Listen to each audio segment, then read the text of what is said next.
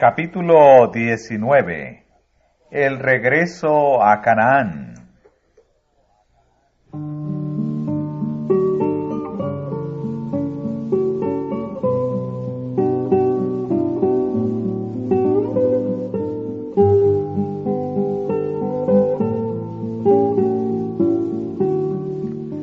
Atravesando el Jordán, llegó Jacob sano a la ciudad de Siquén, que está en la tierra de Canaán.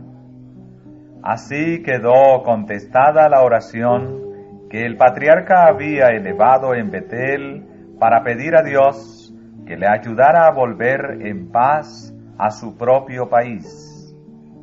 Durante algún tiempo habitó en el valle de Siquén.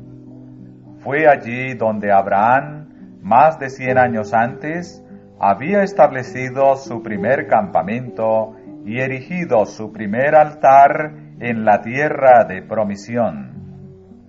Allí Jacob compró una parte del campo, donde tendió su tienda, de mano de los hijos de Hamor, padre de Siquén, por 100 piezas de moneda. Y erigió allí un altar, y llamóle el Dios de Israel. Como Abraham, Jacob erigió junto a su tienda un altar en honor a Jehová, y ante él congregaba a los miembros de su familia para el sacrificio de la mañana y de la noche. Fue allí donde cavó un pozo al cual se llegó 17 siglos más tarde el Salvador, descendiente de Jacob, y mientras junto a él descansaba del calor del mediodía, habló a sus admirados oyentes del agua que salta para vida eterna.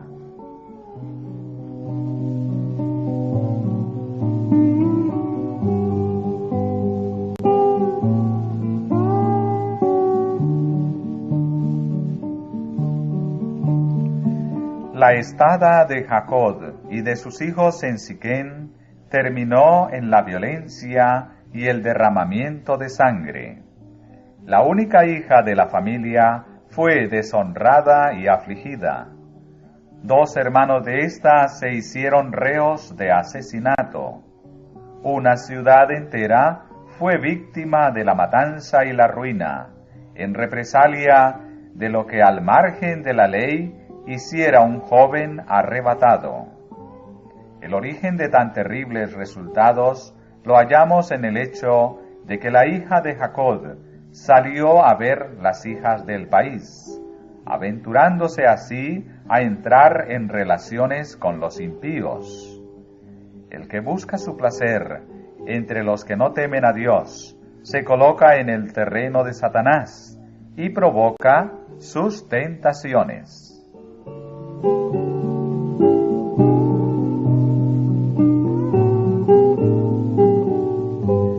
La traidora crueldad de Simeón y de Leví no fue inmotivada, pero su proceder hacia los siquemitas fue un grave pecado. Habían ocultado cuidadosamente sus intenciones a Jacob, y la noticia de su venganza le llenó de horror. Herido en lo más profundo de su corazón por el embuste y la violencia de sus hijos, solo dijo: habéisme turbado con hacerme abominable a los moradores de aquesta tierra. Y teniendo yo pocos hombres, juntarse han contra mí, y me herirán, y seré destruido yo y mi casa. El dolor y la aversión con que miraba el hecho sangriento cometido por sus hijos se manifiesta en las palabras con las cuales recordó ese acto casi 50 años más tarde, cuando yacía en su lecho de muerte en Egipto. Simeón y Leví, hermanos, armas de iniquidad sus armas. En su secreto no entre mi alma, ni mi honra se junte en su compañía. Maldito su furor, que fue fiero, y su ira, que fue dura.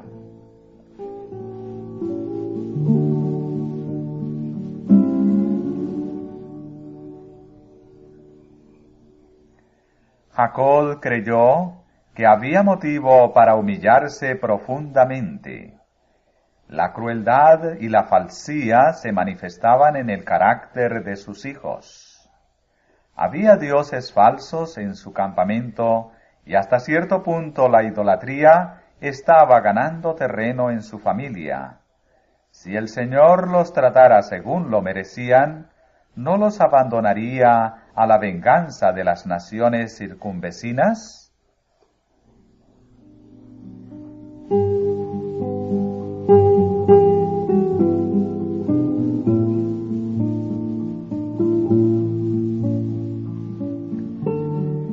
Mientras Jacob estaba oprimido por la pena, el Señor le mandó viajar hacia el sur, a Betel. El pensar en este lugar no sólo le recordó su visión de los ángeles y las promesas de la gracia divina, sino también el voto que él había hecho allí de que el Señor sería su Dios. Determinó que antes de marchar hacia ese lugar sagrado, su casa debía quedar libre de la mancha de la idolatría. Por lo tanto, recomendó a todos los que estaban en su campamento: quitad los dioses ajenos que hay entre vosotros, y limpiaos, y mudad vuestros vestidos. Y levantémonos, y subamos a Betel, y haré allí altar al Dios que me respondió en el día de mi angustia, y ha sido conmigo en el camino que he andado.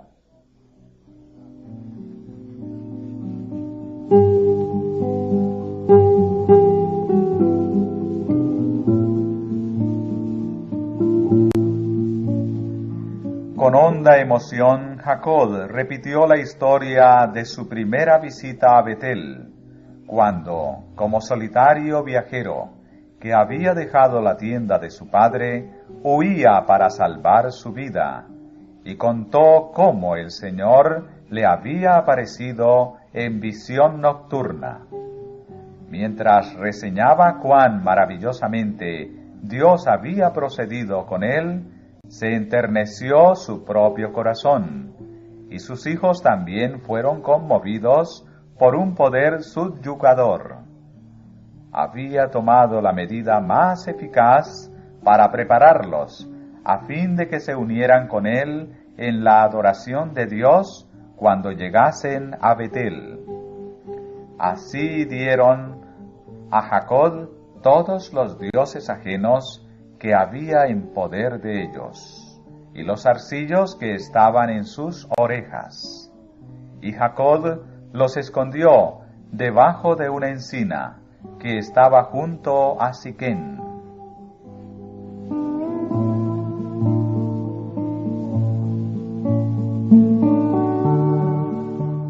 Dios infundió temor a los habitantes de la tierra, de modo que no trataron de vengar la matanza de Siquén. Los viajeros llegaron a Betel sin ser molestados. Allí volvió a aparecer el Señor a Jacob, y le repitió la promesa del pacto. Y Jacob erigió un título en el lugar donde había hablado con él, un título de piedra.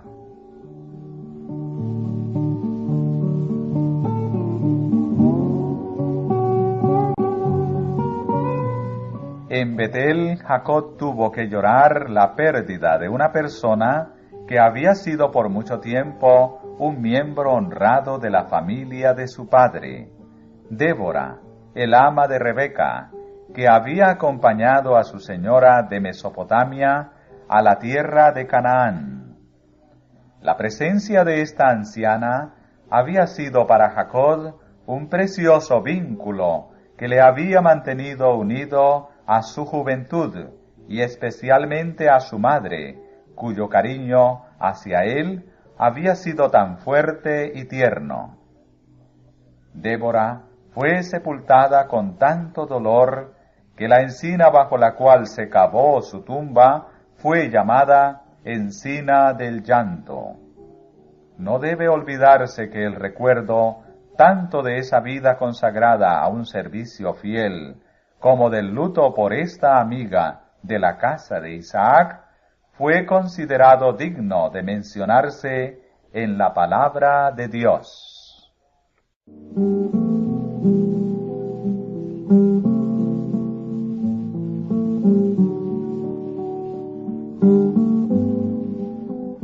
Desde Betel no había más que 2 días de viaje hasta Hebrón, pero en el trayecto Jacob experimentó un gran dolor por la muerte de Raquel. Había servido por ella 2 veces 7 años, y su amor le había hecho más llevadero el trabajo. La profundidad y constancia de su cariño se manifestó más tarde, cuando Jacob estaba a punto de morir en Egipto y José fue a visitarlo. En esa ocasión, el anciano patriarca, recordando su propia vida, dijo: «Cuando yo venía de Padarán, se me murió Raquel en la tierra de Canaán, en el camino, como media legua de tierra viniendo a Efrata, y sepultéla allí en el camino de Efrata, que es Betlén». De toda la historia de su familia, durante su larga y penosa vida, sólo recordó la pérdida de Raquel.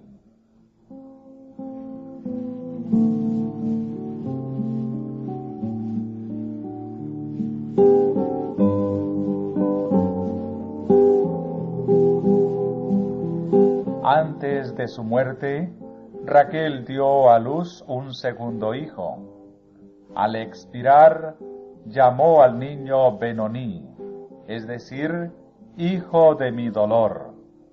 Pero su padre lo llamó Benjamín, hijo de la diestra, o mi fuerza. Raquel fue sepultada donde murió, y allí fue erigido un monumento para perpetuar su memoria.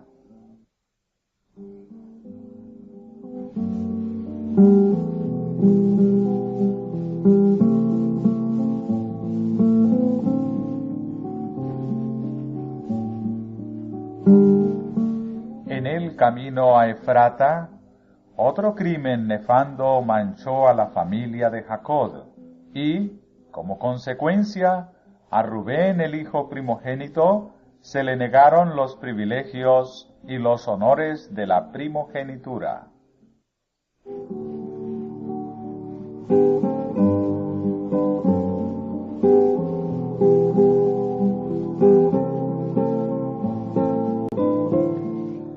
Por último, llegó Jacob al fin de su viaje y vino a Isaac, su padre, a Manre, que es Hebrón, donde habitaron Abraham e Isaac. Ahí se quedó durante los últimos días de la vida de su padre. Para Isaac, débil y ciego, las amables atenciones de este hijo tanto tiempo ausente fueron un consuelo en los años de soledad y duelo.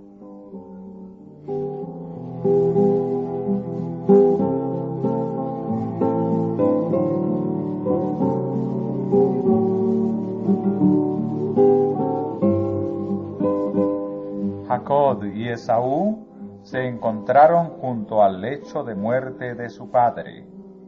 En otro tiempo, el hijo mayor había esperado este acontecimiento como una ocasión para vengarse, pero desde entonces sus sentimientos habían cambiado considerablemente, y Jacob, muy contento con las bendiciones espirituales de la primogenitura, renunció en favor de su hermano mayor a la herencia de las riquezas del padre, la única herencia que Esaú había buscado y avalorado. Ya no estaban distanciados por los celos o el odio, y sin embargo se separaron, marchándose Esaú al monte Seir.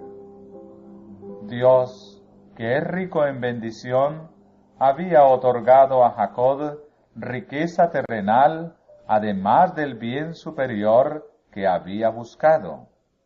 La posesión de los dos hermanos era grande, y no podían habitar juntos, ni la tierra de su peregrinación los podía sostener a causa de sus ganados. Esta separación se verificó de acuerdo con el propósito de Dios respecto a Jacob. Como los hermanos se diferenciaban tanto en su religión, para ellos era mejor morar aparte.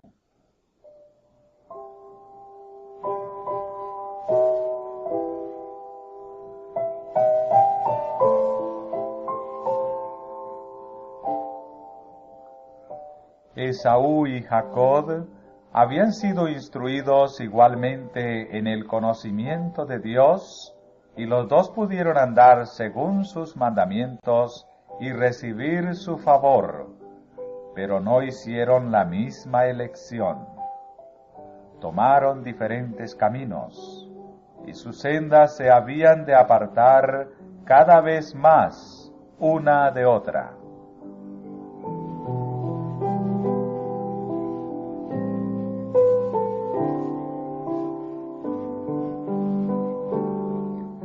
No hubo una elección arbitraria de parte de Dios, por la cual Esaú fuera excluido de las bendiciones de la salvación. Los dones de su gracia mediante Cristo son gratuitos para todos. No hay elección excepto la propia, por la cual alguien haya de perecer. Dios ha expuesto en su palabra las condiciones de acuerdo con las cuales se elegirá a cada alma para la vida eterna: la obediencia a sus mandamientos mediante la fe en Cristo. Dios ha elegido un carácter que está en armonía con su ley, y todo el que alcance la norma requerida entrará en el reino de la gloria. Cristo mismo dijo: el que cree en el Hijo tiene vida eterna, mas el que es incrédulo al Hijo no verá la vida. No todo el que me dice Señor, Señor, entrará en el reino de los cielos, mas el que hiciere la voluntad de mi Padre que está en los cielos. Y en el Apocalipsis declara: bienaventurados los que guardan sus mandamientos, para que su potencia sea en el árbol de la vida, y que entren por las puertas en la ciudad. En cuanto a la redención final del hombre, esta es la única elección que nos enseña la palabra de Dios.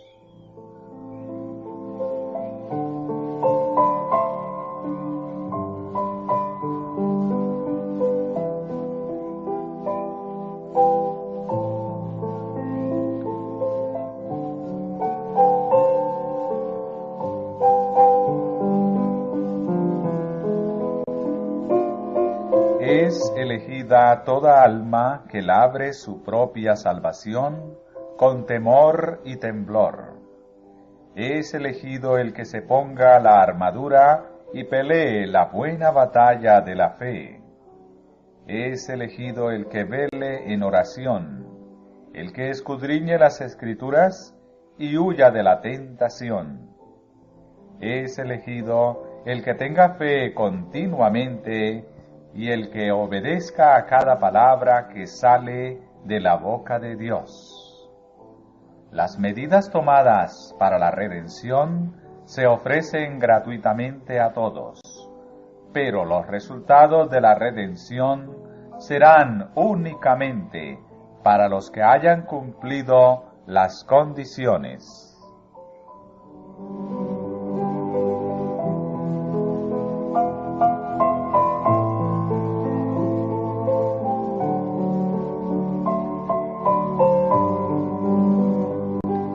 Esaú había menospreciado las bendiciones del pacto, había preferido los bienes temporales a los espirituales y obtuvo lo que deseaba.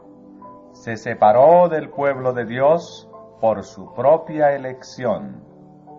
Jacob había escogido la herencia de la fe. Había tratado de lograrla mediante la astucia, la traición y el engaño.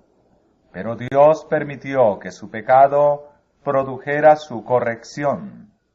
Sin embargo, a través de todas las experiencias amargas de sus años posteriores, Jacob no se desvió nunca de su propósito, ni renunció a su elección.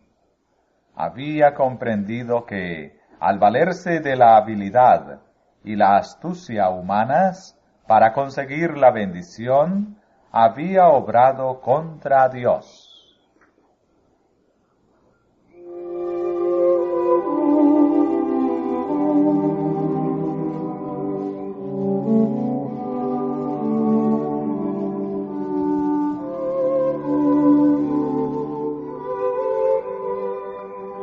De aquella lucha nocturna al lado del Jaboc, Jacob salió hecho un hombre distinto. La confianza en sí mismo había desaparecido. Desde entonces en adelante ya no manifestó su astucia anterior. En vez del disimulo y el engaño, los principios de su vida fueron la sencillez y la veracidad. Había aprendido a confiar con sencillez en el brazo omnipotente, y en la prueba y la aflicción se sometió humildemente a la voluntad de Dios.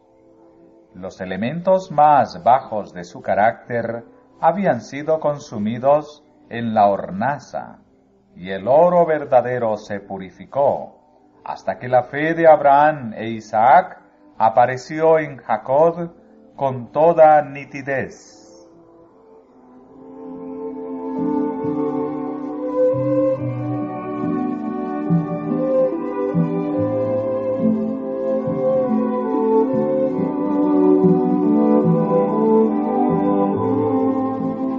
El pecado de Jacob y la serie de sucesos que había acarreado no dejaron de ejercer su influencia para el mal, y ella produjo amargo fruto en el carácter y la vida de sus hijos.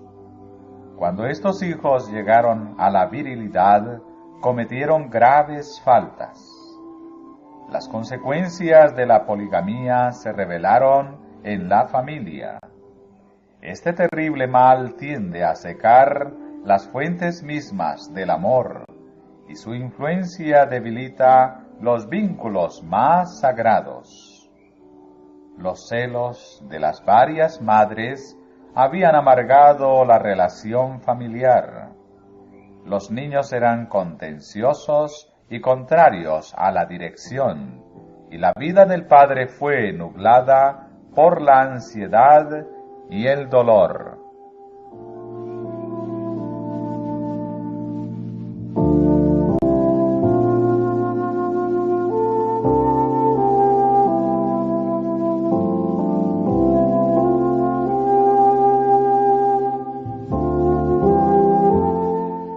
Sin embargo, hubo uno de carácter muy diferente, a saber, el hijo mayor de Raquel, José, cuya rara hermosura personal no parecía sino reflejar la hermosura de su espíritu y su corazón. Puro, activo y alegre, el joven reveló también seriedad y firmeza moral.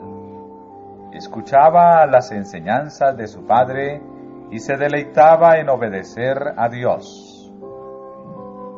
Las cualidades que le distinguieron más tarde en Egipto, la benignidad, la fidelidad y la veracidad, aparecían ya en su vida diaria.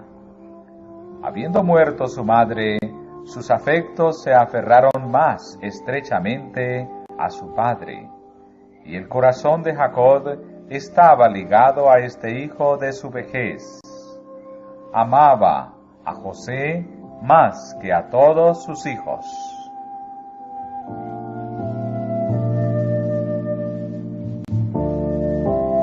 Pero hasta este cariño había de ser motivo de pena y dolor. Imprudentemente Jacob dejó ver su predilección por José, y esto motivó los celos de sus demás hijos. Al ver José la mala conducta de sus hermanos, se afligía mucho. Se atrevió a reconvenirlos suavemente, pero esto despertó tanto más el odio y el resentimiento de ellos. A José le era insufrible verlos pecar contra Dios, y expuso la situación a su padre, esperando que su autoridad los indujera a enmendarse.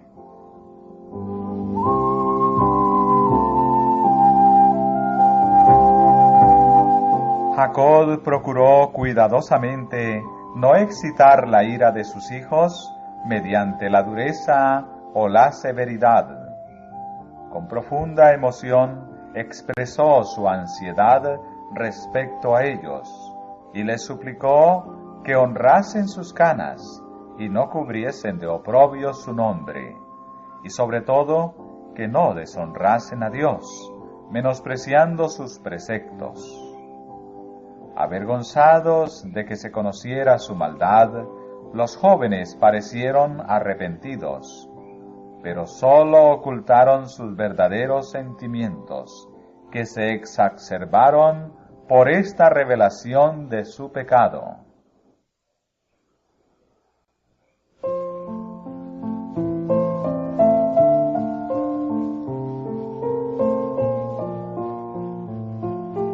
El imprudente regalo que Jacob hizo a José de una costosa túnica, como la que usaban las personas de distinción, les pareció otra prueba de parcialidad y suscitó la sospecha de que pensaba preterir a los mayores para dar la primogenitura al hijo de Raquel.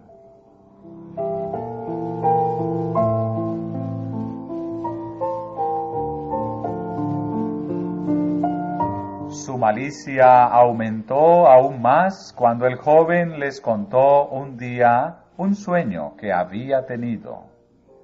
He aquí que atábamos manojos en medio del campo, dijo, y he aquí mi manojo se levantaba y estaba derecho, y que vuestros manojos estaban alrededor y se inclinaban al mío.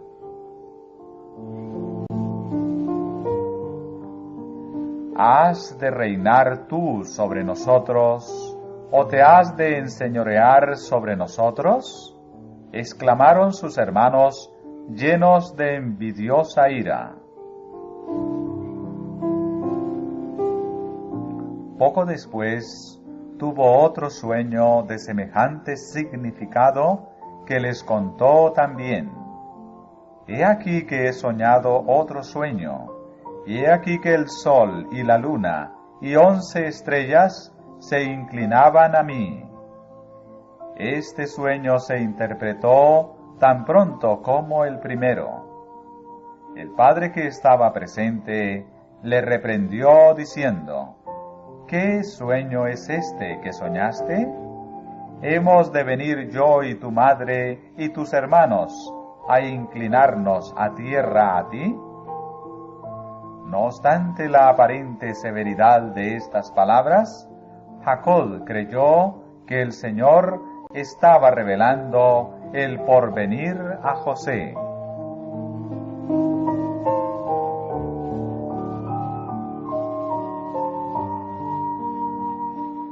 En aquel momento en que el joven estaba delante de ellos, iluminado su hermoso semblante por el espíritu de la inspiración, sus hermanos no pudieron reprimir su admiración, pero no quisieron dejar sus malos caminos, y sintieron odio hacia la pureza que reprendía sus pecados. El mismo espíritu que animara a Caín se encendió en sus corazones.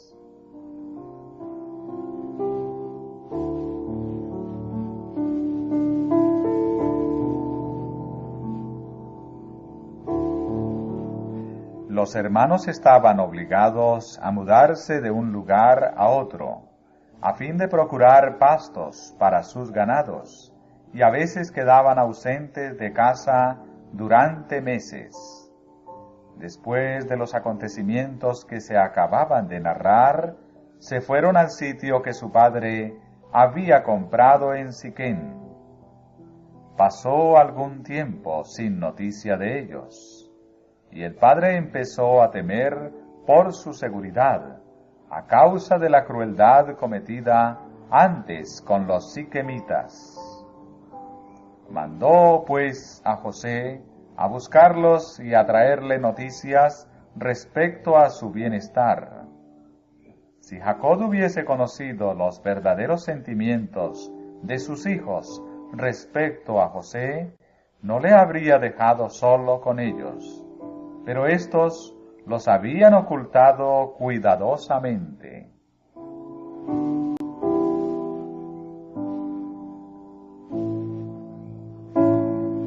Con corazón regocijado José se despidió de su padre, y ni el anciano ni el joven soñaron lo que habría de suceder antes de que se volviesen a ver. Cuando José, después de su largo y solitario viaje, llegó a Siquén, sus hermanos y sus ganados no se encontraban allí.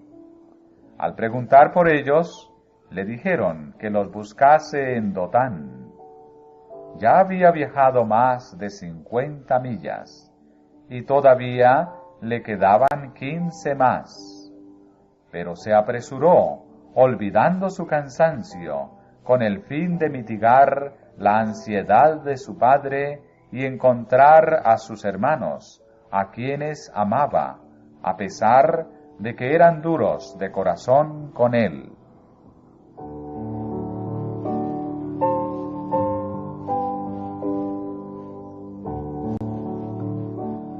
Sus hermanos le vieron acercarse, pero ni el pensar en el largo viaje que había hecho para visitarlos, ni el cansancio y el hambre que traía, ni el derecho que tenía a la hospitalidad y a su amor fraternal, aplacó la amargura de su odio. El ver su vestido, señal del cariño de su padre, los puso frenéticos. «He aquí viene el soñador», exclamaron, burlándose de él. En ese momento fueron dominados por la envidia y la venganza que habían fomentado secretamente durante tanto tiempo, y dijeron: «Ahora pues, venid, y matémoslo, y echémosle en una cisterna, y diremos: alguna mala bestia le devoró, y veremos qué serán sus sueños».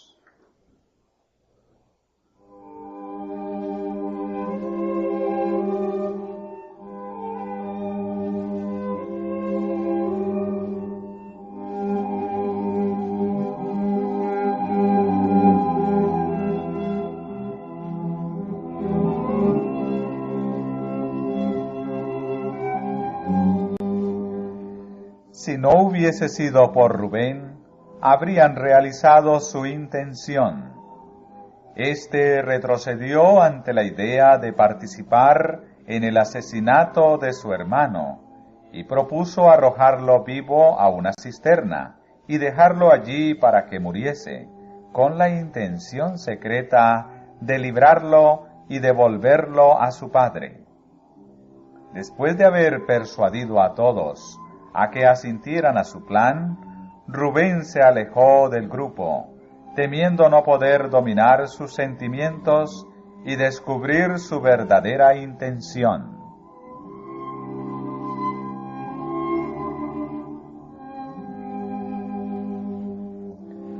José se aproximó sin sospechar el peligro.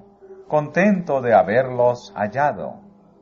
Pero en vez del esperado saludo, se vio objeto de miradas iracundas y vengadoras que le aterraron. Le asieron y le quitaron sus vestiduras. Los vituperios y las amenazas revelaban una intención funesta. No atendieron a sus súplicas. Se encontró a merced del poder de aquellos hombres encolerizados. Llevándolo brutalmente a una cisterna profunda, le echaron adentro. Y después de haberse asegurado de que no podría escapar, lo dejaron allí para que pereciese de hambre, mientras que ellos sentáronse a comer pan.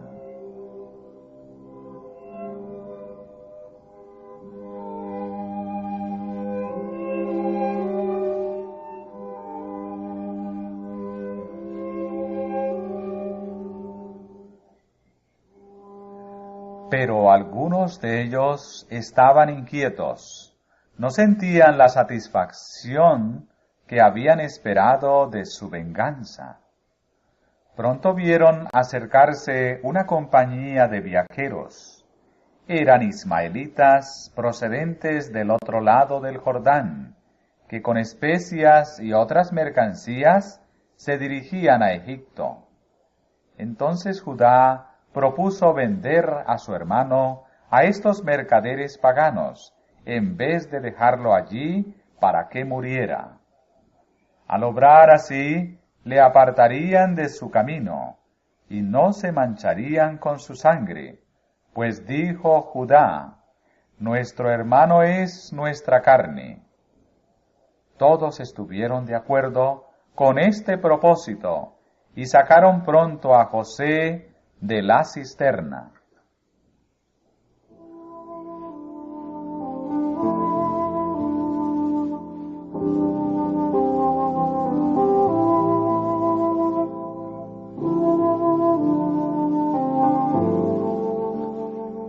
Cuando vio a los mercaderes, José comprendió la terrible verdad. Llegar a ser esclavo era una suerte más temible que la misma muerte. En la agonía de su terror, imploró a uno y a otro de sus hermanos, pero en vano. Algunos de ellos fueron conmovidos de compasión, pero el temor al ridículo los mantuvo callados. Todos tuvieron la impresión de que habían ido demasiado lejos para retroceder. Si perdonaban a José, éste los acusaría sin duda ante su padre, quien no pasaría por alto la crueldad cometida con su hijo favorito.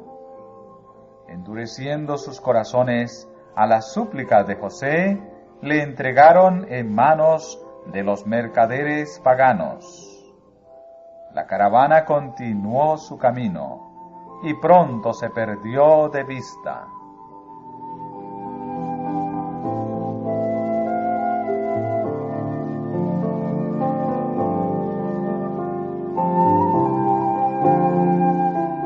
Rubén volvió a la cisterna, pero José no estaba allí.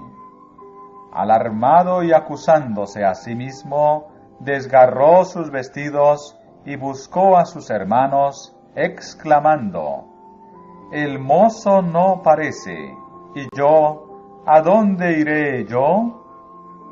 Cuando supo la suerte de José y que ya era imposible rescatarlo, Rubén se vio obligado a unirse con los demás en la tentativa de ocultar su culpa. Después de matar un cabrito, tiñeron con su sangre la ropa de José y la llevaron a su padre, diciéndole que la habían encontrado en el campo y que temían que fuese de su hermano. «Reconoce ahora», dijeron, «si es o no la ropa de tu hijo».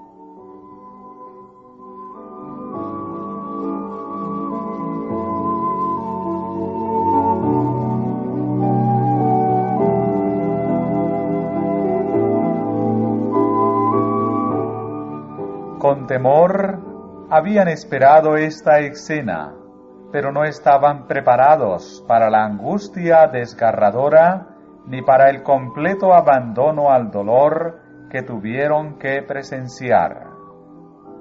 La ropa de mi hijo es, dijo Jacob. Alguna mala bestia lo devoró. José ha sido despedazado. Sus hijos trataron inútilmente de consolarlo. Rasgó sus vestidos y puso sacos sobre sus lomos, y enlutóse por su hijo muchos días. El tiempo no parecía aliviar su dolor. Tengo de descender a mi hijo enlutado hasta la sepultura, era su grito desesperado. Los jóvenes estaban aterrados por lo que habían hecho, y sin embargo, espantados por los reproches que les haría su padre, seguían ocultando en sus propios corazones el conocimiento de su culpa, que aún a ellos mismos les parecía enorme. A entrar en relaciones con los impíos. El que busca su placer entre los que no temen a Dios se coloca en el terreno de Satanás y provoca sus tentaciones.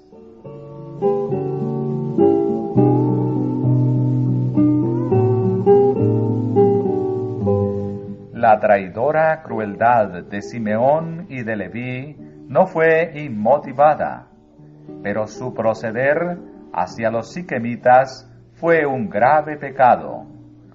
Habían ocultado cuidadosamente sus intenciones a Jacob, y la noticia de su venganza le llenó de horror. Herido en lo más profundo de su corazón por el embuste y la violencia de sus hijos, solo dijo: habéisme turbado con hacerme abominable a los moradores de aquesta tierra. Y teniendo yo pocos hombres, juntarse han contra mí, y me herirán, y seré destruido yo y mi casa. El dolor y la aversión con que miraba el hecho sangriento cometido por sus hijos se manifiesta en las palabras con las cuales recordó ese acto casi 50 años más tarde, cuando yacía en su lecho de muerte en Egipto. Capítulo 19. El regreso a Canaán.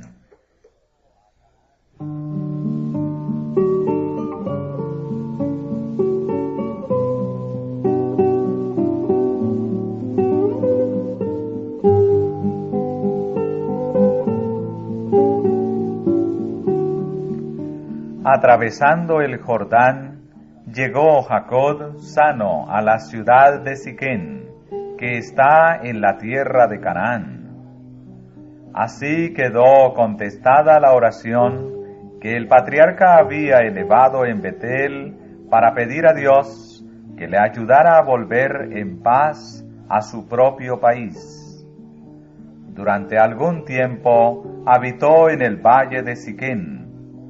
Fue allí donde Abraham, más de 100 años antes, había establecido su primer campamento y erigido su primer altar en la tierra de promisión. Allí Jacob compró una parte del campo, donde tendió su tienda, de mano de los hijos de Hamor, padre de Siquén, por 100 piezas de moneda. Y erigió allí un altar, y llamóle el Dios de Israel. Como Abraham, Jacob erigió junto a su Simeón y Leví, hermanos, armas de iniquidad sus armas. En su secreto no entre mi alma, ni mi honra se junte en su compañía. Maldito su furor, que fue fiero, y su ira, que fue dura.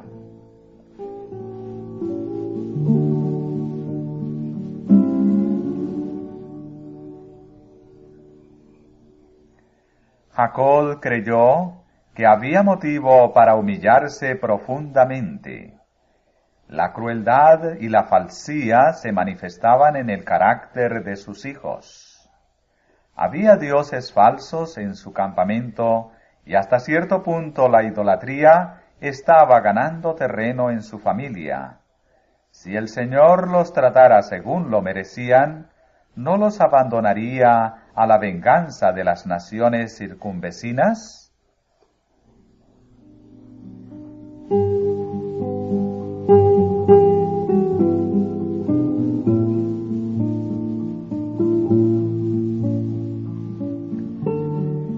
Mientras Jacob estaba oprimido por la pena, el Señor le mandó viajar hacia el sur, a Betel. El pensar en este lugar no sólo le recordó su visión de los ángeles y las promesas de la gracia divina, sino también el voto que él había hecho allí de que el Señor sería su Dios. Determinó que antes de marchar hacia ese lugar sagrado, su casa debía quedar libre de la mancha de la idolatría. Por lo tanto, recomendó a todos los que estaban en su campamento: quitad los dioses ajenos que hay entre vosotros, y limpiaos, y mudad vuestros vestidos. Y levantémonos, y subamos a Betel, y haré allí altar al Dios que me respondió en el día de mi angustia, y ha sido conmigo en el camino que he andado.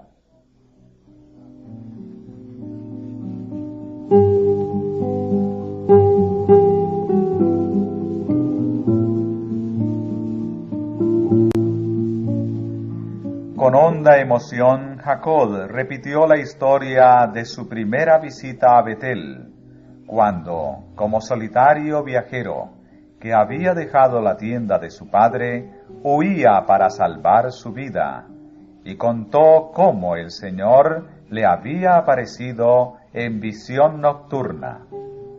Mientras reseñaba cuán maravillosamente Dios había procedido con él, se enterneció su propio corazón, y sus hijos también fueron conmoviendo un altar en honor a Jehová, y ante él congregaba a los miembros de su familia para el sacrificio de la mañana y de la noche. Fue allí donde cavó un pozo al cual se llegó 17 siglos más tarde el Salvador, descendiente de Jacob, y mientras junto a él descansaba del calor del mediodía, habló a sus admirados oyentes del agua que salta para vida eterna.